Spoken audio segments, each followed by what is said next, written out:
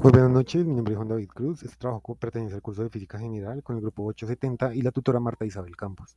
Es el anexo 2 y vamos a realizar el literal B, que es un análisis gráfico. Una motocicleta de masa M igual a 556 kilogramos se mueve en línea recta y experimenta diferentes etapas de movimiento bajo la acción de fuerzas extremas. En esta gráfica que nos entrega el ejercicio vemos como la velocidad en función del tiempo nos la representan en 4 intervalos. Aquí nos describen cada intervalo en función del tiempo, cómo lo podemos interpretar, de 0 a 4, de 4 a 6, de 6 a 10, de 10 a 12. Perfecto, entonces para la primera pregunta nos dice que identifiquemos los intervalos de tiempo en los que la motocicleta acelera, se mueve a velocidad constante y desacelera. Vemos que de 0 a 4 tiene una aceleración, de 4 a 6 tiene una velocidad constante, de 6 a 10 tiene una aceleración y de 10 a 12 tiene una desaceleración. Para el punto 2 nos pide que calculemos el área bajo la motocicleta en cada intervalo, teniendo en cuenta que el área va a ser igual a la velocidad final menos la velocidad inicial, sobre el tiempo final menos el tiempo inicial. Entonces para el primer intervalo vemos que el tiempo inicial fue 0, ¿no? Tiempo inicial, vemos tiempo inicial 0, tiempo final 20 y perdón, velocidad final 0, perdón, inicial 0 y velocidad final 20. Siendo así entonces 20 menos 0 igual 20, 4 menos 0 igual 4, 20 sobre 4, 5 metros sobre segundos al cuadrado. Teniendo en cuenta eso, entonces vamos a tener los cuatro intervalos ya definidos y vemos como aquí la expresamos con menos 25 claramente y concuerda con que tenemos una desaceleración de 10 a 12, ¿no?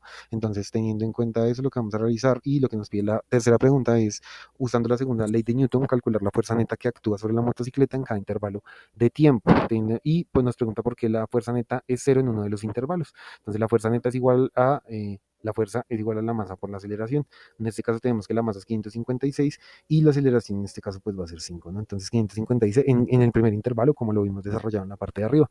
Entonces kilogramos por metro sobre segundo al cuadrado igual a newtons, 2780 para las cuatro fuerzas que aplican sobre este. Vemos que en la última tenemos menos 13.900 newtons, que concuerda con que es una desaceleración.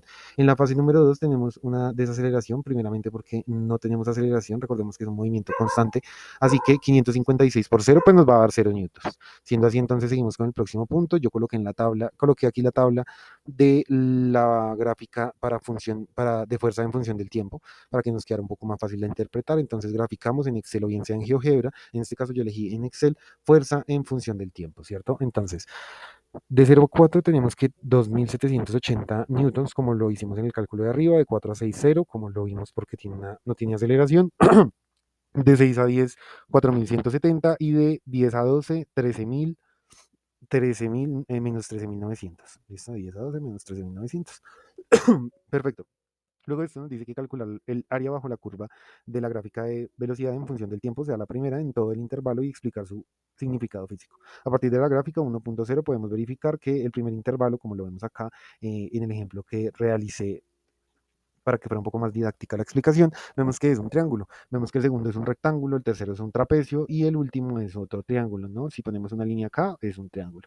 Siendo así entonces, y teniendo en cuenta cómo podemos hallar el área de un triángulo, que sería un medio por la base por la altura, entonces modificamos todos los valores en los intervalos y encontramos que sobre el primer intervalo tuvo 40 metros de área, en el primero 40 también, en el tercero 140, en el cuarto 50. Perfecto, entonces tenemos un movimiento de 270 metros sumando todas las áreas, que su significado físico nos diría que el área bajo la curva de la gráfica 1.3 que acabamos de ver de la velocidad en función del tiempo es el resultado obtenido de la suma de las áreas en cada intervalo del movimiento. Cada una de estas áreas representa el resultado entre la velocidad y el tiempo en dicho tramo. Su suma total es equivalente al desplazamiento total recorrido por la motocicleta durante todo el periodo analizado. Aunque la velocidad puede variar en cada etapa, la aceleración, la velocidad constante y la desaceleración, el cálculo del área bajo la curva, en este caso, describe un movimiento de 270 metros en función del tiempo y representa el espacio total cubierto por la motocicleta en los intervalos que estamos estudiando. Para el punto 6 nos pide que calculemos el área bajo la curva de la gráfica de la fuerza en función del tiempo, nuevamente, la fuerza neta en función del tiempo,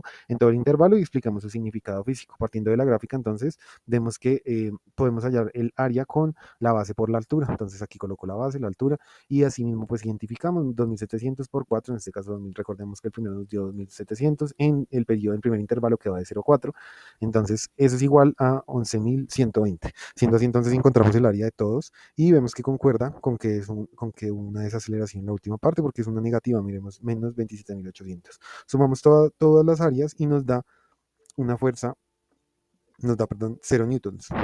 En este caso, el área total bajo la gráfica en función de la fuerza en función del tiempo es cero porque la motocicleta tuvo una velocidad inicial y velocidad final en cero. Su significado físico es que el área bajo la curva de la gráfica 1.2 representa el impulso total que realizó la motocicleta durante el periodo analizado. Este impulso es equivalente al cambio en el movimiento, momento lineal del sistema, el cual el cálculo da como resultado cero, lo cual concuerda con que la motocicleta inicia y finaliza en reposo, velocidad inicial es igual a velocidad final igual a cero, aunque durante el trayecto se aplicaron fuerzas, generaron aceleraciones, desaceleraciones en distintos intervalos. El efecto neto de todas las fuerzas a lo largo del tiempo fue nulo, en conclusión, ya que pues se experimentaron diferentes movimientos y fuerzas, pero no una modificación permanente en su estado final, por eso quedó en cero claramente. Siendo así entonces, para el punto 7 nos piden que comparemos ambas áreas, siendo así entonces vemos qué conexión encontramos en ellas. Nos pide el punto para el área bajo la curva de la gráfica de la velocidad en función del tiempo, corresponde a un desplazamiento total de la moto, indicando cuánta distancia recorrió mientras estuvo en movimiento. La gráfica para el área bajo la curva de la fuerza en función del tiempo representa el cambio de cada movimiento. En este caso, el área total fue cero porque la motocicleta tuvo velocidad inicial y final en cero, como lo dijimos en el punto 6, y respectivamente en el 5. Nos da como conclusión que aunque ambas gráficas están relacionadas, describen fenómenos físicos distintos, desplazamiento versus cambio de momento lineal, se complementan y se relacionan en la segunda ley de Newton, pero no son iguales. Esto consiste en que el impulso total depende del cambio neto de la velocidad, por el control del desplazamiento depende de todo el recorrido de la velocidad en el tiempo. Por esto, aunque la motocicleta inició y terminó en reposo, que significa un impulso nulo, sí recorrió una distancia porque mantuvo una velocidad positiva en varios intervalos, siendo así que ambas áreas se complementan del momento de la motocicleta, reflejando cuánto se movió y cómo cambia su velocidad por las fuerzas que se aplicaron sobre ella en dichos intervalos. Espero que tengan muy buena noche y que estén muy bien.